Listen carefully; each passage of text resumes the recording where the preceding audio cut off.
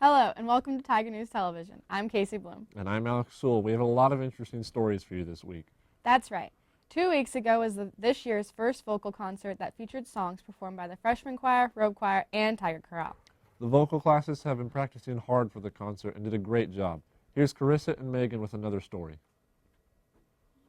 Last Tuesday was the annual fall vocal concert. It involved all three choir classes, which are Robes Choir, Freshman Choir, and Tiger Chorale.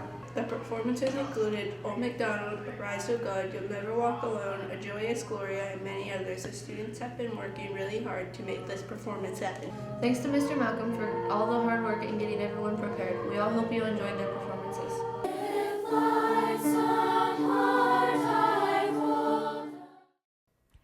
Thanks, girls. Great story. You know, with this production being so close to Halloween, we'll go to a story on the Breakfast Club's ghost tour. That's right. This past Sunday, the Breakfast Club went to Fort Riley to take part in one of their historical ghost tours. Here's Jacob Bichard and Jacob Blackburn with a story on that. Say, Jacob, do you believe in ghosts? No, I can't say that I do. Well, the Breakfast Club is attending the annual Fort Riley Ghost Tours this weekend, and that just might change your mind. Yeah, I can't wait. The tour starts at 4 o'clock this Sunday. The tour is a walking tour that will start at the Lower Artillery Parade Field and take you on the 1-mile journey that will take around an hour to complete. The tour will consist of folk tales, history, and legends that date back 155 years. A suggested donation of $5 is recommended, however not required. The $5 will help improve the tour next year. The average wait time for the trip is about 30 minutes, so dress warm. If you plan on attending the ghost tours this year, you may want to be careful, as people that have attended it in recent years have reported ghosts of soldiers following them back home afterwards. Well, that concludes our story. Jacob?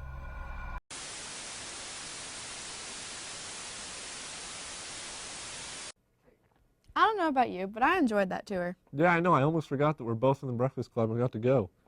Yeah, I like being in the Breakfast Club, or the Humanities Club, as it's formerly called, because we always get to do interesting things like that. Well, you know, Halloween is coming up, which unfortunately for some people means that fall sports are coming to an end. That's right. And that means the teams were preparing themselves for sub-state and state tournaments. Here's Jacob and Jacob one more time with the sports report. The football team will face off against Colby tonight, and both teams like to battle it out on the ground with a combined total of over 2,000 rushing yards so far this season.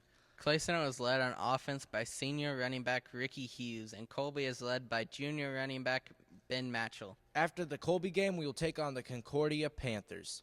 Clay Center will need to win both of the next 2 games to secure a spot in the playoffs this year. The cross-country team will be heading to regionals this Saturday, and both the girls and the boys are in great position to make a run for state this year. Also on Saturday, the volleyball team will be in Chapman competing in sub-state. They will have a tough road ahead of them, with the 4th and 6th ranked teams being in their division, Rock Creek and Holton. Clay Center will also face Chapman. Even though Chapman isn't ranked, rivalry games are never easy. Good luck to the volleyball team as they prepare to show everyone what it means to be number 1. The tennis team had 1 player place at the state meet. Hannah Callan placed 13th.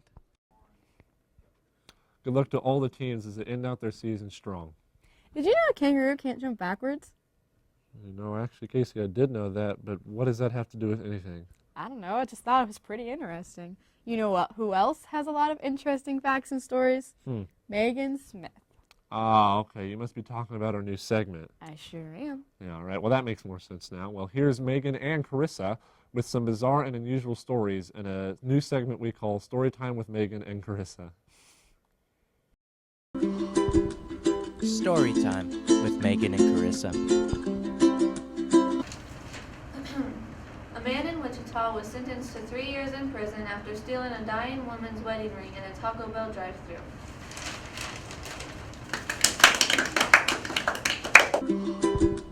Story time with Megan and Carissa. Thanks, girls. That was a great... Nope, you're wrong. What are you... Wrong. What are you doing? I'm practicing for my debate. Alec, you're not even in debate. And also, it's not how you debate. How else would you debate, Casey? How about we find out in a story we made about the debate class? All right, that sounds good. The debate class is a new class at CCCHS, and not very many people are well informed about what the class exactly does. Megan Blackburn instructs the class. She's the new speech, drama, forensics, and debate teacher. The debate class practices hard each day on their current resolution. The resolution, or the topic of debate for this year, is the United States federal government should substantially increase its non-military exploration and or development of the Earth's ocean. It's kind of a mouthful, but after researching information about the topic and getting to know the mechanics of the class, the students will then practice their debates for both sides, affirmative and negative. The students prepare themselves by holding practice rounds, which gives them a chance to perform in front of Mrs. Blackburn and make any necessary adjustments. Each team has to do one practice round a week before they can compete in a tournament. The tournaments are on Saturdays and take place from mid-September to the state debate in January. The only home competition takes place on December 6th. The class works hard every day to prepare themselves for these tournaments. After becoming authorities on their debates, the students are finally ready. This new class is a very unique experience, and the students will learn skills that will help them for a lifetime. Good luck to the new debate class this year. The debate class looks very interesting, and once again, best of luck to all the students. You know, along with getting to know the new debate class, we also have some people here at CCCHS that we could get to know a little better. That's right, and to wrap up this production, we'll go to a story about getting to know your homecoming king and queen.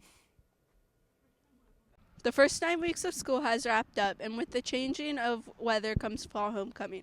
The events surrounding homecoming are great, but the crowning of king and queen is the best part. Your 2014 king is Thomas Rickley, and your queen is Alexis Bowen.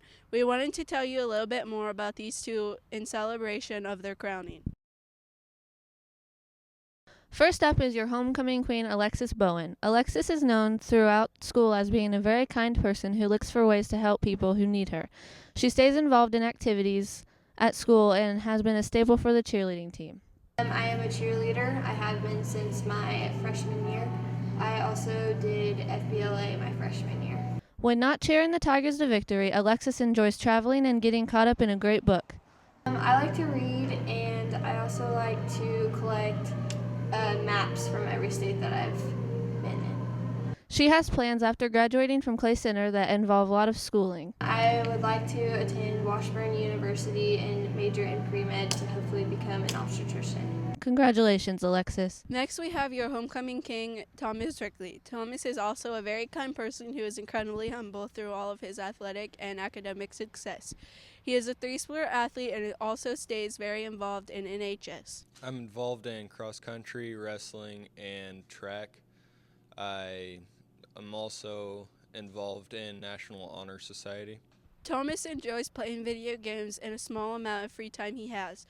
After high school, Thomas plans to put his intelligence to good use and become an engineer. After high school, I hope to attend William Jewell College in Liberty, Missouri, and major in chemistry, and then transfer on to get a degree in chemical engineering. Congrats to both Alexis and Thomas. You are both very deserving winners. That's all for this production. I'm Alex Sewell. And I'm Casey Bloom. Have a happy Halloween.